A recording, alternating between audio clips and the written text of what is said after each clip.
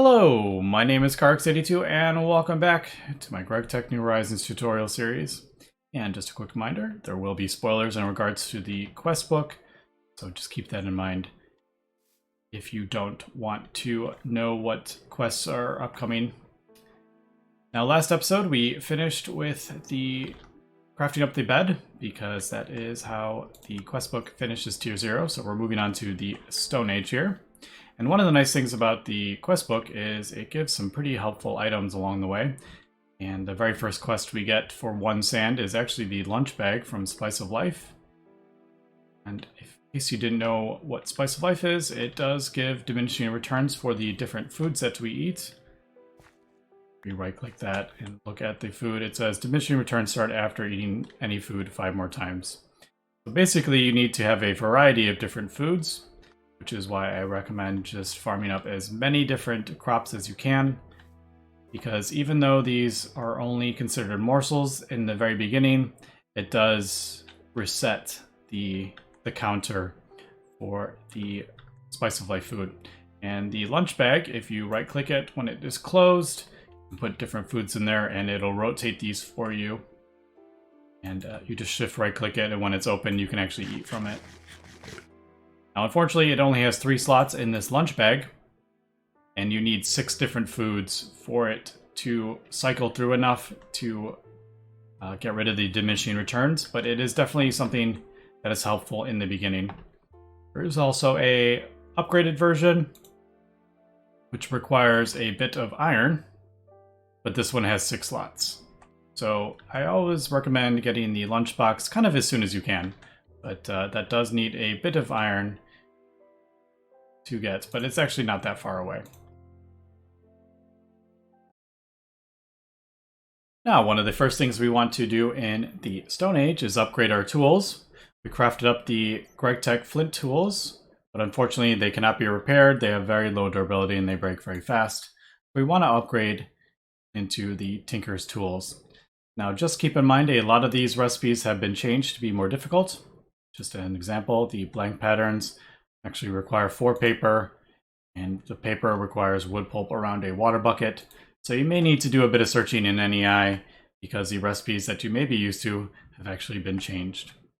We're going to go ahead and craft up the flint version of the tool, since we don't have a smeltery yet. And you can replace all the Gregtech tools with Tinker's variants. And the reason for doing that is these can actually be leveled up, and they gain modifiers when you level them up, and they can be repaired in the tool station. So get those going as soon as you can and start leveling those tools. Now, once you have gone ahead and crafted up the Tinker's tools, you're going to want to go farm a bunch of wood. You're going to want some clay and sand, which is one of the reasons we like being near a river. And we are going to go ahead and craft up the coke oven, because in Gregtech you cannot smelt charcoal in a regular furnace. It has to be done in a coke oven. So getting this going as soon as possible is a pretty good idea. So you can go ahead and throw your wood in there, and it'll turn that wood into charcoal. So in case you haven't been able to find a coal vein and don't have any torches yet, you can go ahead and use the coke oven to get charcoal, and we'll finally be able to craft up torches. And now that we have a coke oven producing charcoal for us, one of the next things I recommend getting is the infinite water source, since Gregtech has that turned off, and water is a pretty important resource. As we remember from crafting up paper, it's a bit of a pain. Now, the water tank may look a bit expensive at first. It is going to require 2 iron ingots each, and you need 26 of these. So in total, you'll need 52 ingots of iron.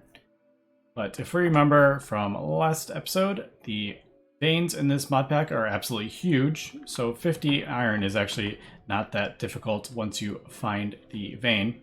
And that's also one of the reasons I recommend getting Tinker's tools right away, so you can end up leveling the tools, mining all your resources that you're going to need. Now, one of the other things that we're going to require in this water tank is sticky resin. In case you didn't know how to obtain that, it is from Industrial Craft, and you get it from building a tree tap, which is just some wood and some tools.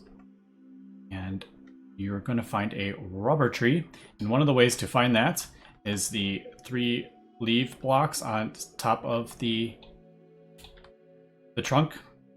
It's pretty obvious when you see them, and they spawn more in humid biomes. So that is another reason why you want to be near a humid biome when you settle down a bit. And you're gonna look at the trunk, and here's one right here, and you're gonna see a little sap thing. And you're just gonna right click with the tree tap, and that will pop off a sticky resin. Now these will respawn, so don't, as we can kind of see, there's like a little circle. And these will eventually respawn, so don't break the trunks. But you can break the leaves if you want. It will keep respawning even if it has no leaves, and hopefully get some saplings from them and you can plant more. But now that we have that and we have the water tanks crafted up, I'm going to do a little demonstration here. We can see the different biomes. This is actually a hot biome, and this is a wet biome, so it's actually not raining in this biome. So let's do a little test here. If we build this water tank, and it is formed the exact same way as the coke oven, if we put that in a hot biome, we're getting, what is that, 16 millibuckets per kind of second there. And if we build this in a wet biome, where it is actually raining already,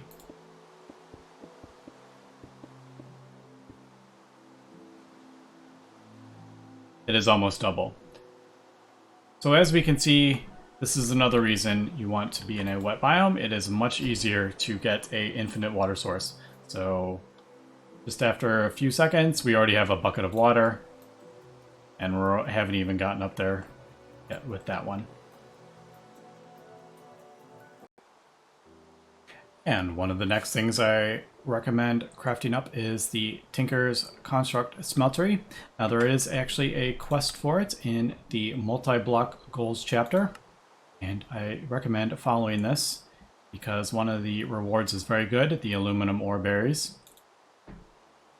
And if we take a look at the seared brick recipe, the unfired bricks require grout, which is pretty normal, but grout actually requires sand, gravel, clay, and a bucket of water. So this is one of the reasons I recommend getting the water tank as soon as possible, because you're going to need a heck of a lot of water buckets, and it is very manual and is a pain in the beginning. But as we can see, I have 38 buckets of water in the water tank, and it hasn't actually been that long. And now that we have the Tinkery Smeltery built, we're going to need some lava so we can actually use it. And one of the things Gregtech has done is actually made lava dangerous if you're holding it. So as we can see, we're taking damage from the lava bucket. Eventually we will probably die. But one of the things you can do for that is actually craft up these gloves. You need 2 of them. There's a left and a right. And they actually just go in a bobble slot. And if you have them on and you hold a lava bucket, you will actually get a fire resistance buff. Now, if you're not holding it, when this wears off, you will not get the fire resistance buff again, and you'll start taking damage. So you actually need to be holding these in your hand to get the fire resistance buff. Now, one of the issues with these that I see a lot of people have questions about is you can actually have these on the wrong hand. You will get a little like achievement thing, and you will still take damage even though they're on the wrong hand. So just keep that in mind. The left one needs to go on top. And also, one of the nice things about these sear tanks, you put lava in them, you can actually break it, and they do hold their inventory. So you can take the seared tank down to the lava lake and bring it back. You do take damage with this though, in your inventory. And also, it is only 4 buckets, so it's not huge, but you can always craft more if you want. Now that we have a functioning Tinker Smeltery, we're going to need to get some aluminum for the molds. We're going to need aluminum brass, and it is quite difficult to find in early game.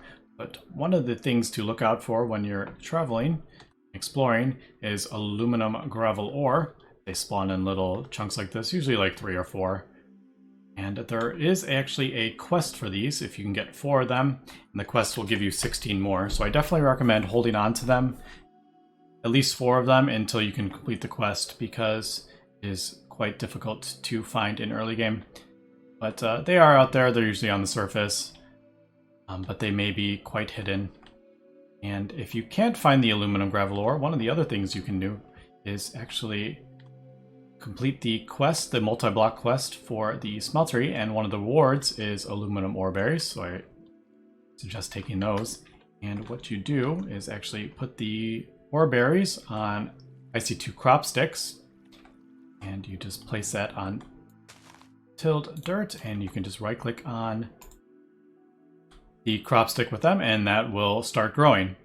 Now these do need darkness, so this is why I have it kind of in a little thing here, and you can probably have to like block it off from the light and wait till it grows, and then you can harvest them. Just be careful with the crop sticks, you will take damage with these ore berries if you're near them, and also if you're sprinting over these crops you may destroy the crop, so just keep that in mind. They are a bit fragile, but I recommend getting a rather large field of those ore berries if you can't find any aluminum gravel, because you will need quite a bit to progress in the pack. And as we're progressing through the age, we're going to get a stockpile of iron, copper, tin, gold, and redstone. And you can actually craft up an item, and that's the ore finder wand. And what that does, you're basically going to shift right click and you can place any ore that you have found. So in this case, say brown limonite. While you are running around, if you're holding it, once you get close to the ore, it'll start making a sound and do that, and you know there is brown limonite ore underneath you. So it can help you find extra veins if you've gone through that, or one of the cool things you can actually do with it that has been added, if you go into the coin chapter, one of the quests that will open up, you can actually turn in coins for any type of ore. So say you can't find any diamond ore, you can turn this quest in with some coins that you got from questing, and you will get a diamond ore you can actually put in the ore finder, and it'll help you find diamonds. So that is another way to kind of help you with some of this stuff, and there's a whole bunch of different ones, and this is a repeatable quest as well.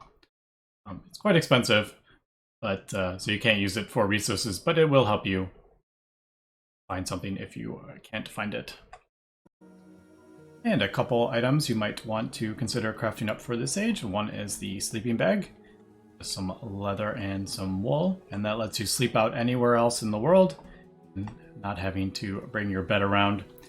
And it is very helpful because the nights in this pack are very dangerous with the infernal mobs in the pitch black, so having a sleeping bag on you definitely helps. Another thing you might want to consider crafting up is the Digger's Backpack from Forestry. Basically it just gives you a little bit of an extra inventory for ores and all the stuff you will be mining up, because your inventory fills up very quick when you're down there in those ore veins with the amount of stuff that drops. So that is pretty cool. And you can also have it auto supply your inventory, or if you want, you can have it when you're digging, it'll automatically go in the backpack, which is pretty cool. Another thing you might want to craft up is a butchery knife. And the reason for that is when you're out killing all these mobs, the neutral mobs for the leather, and you notice sometimes they explode. If you kill them with a butcher knife, that actually stops the explosions, so you don't take any damage, and you won't lose any drops for that. I also mentioned earlier, the lunchbox requires some iron, and it's quite expensive, but it's definitely worth it. Trying to feed yourself with all your different crops, you can just throw them all in this lunchbox, and it'll cycle it for you, and that will help with the spice of life. But with that, it is time to move into the Steam Age, and the final quest in this age is actually the small coal boiler. So you craft that up, and that will move you into the next age, and we can finally start getting some steam machines and processing some of these large amounts of metals that we have been accumulating throughout the mod pack. But anyway, that's going to be it for this episode. Come back next episode. We'll go over the Steam Age and see where we head. Anyway, that's going to be it for today. So thanks for watching and have a good one.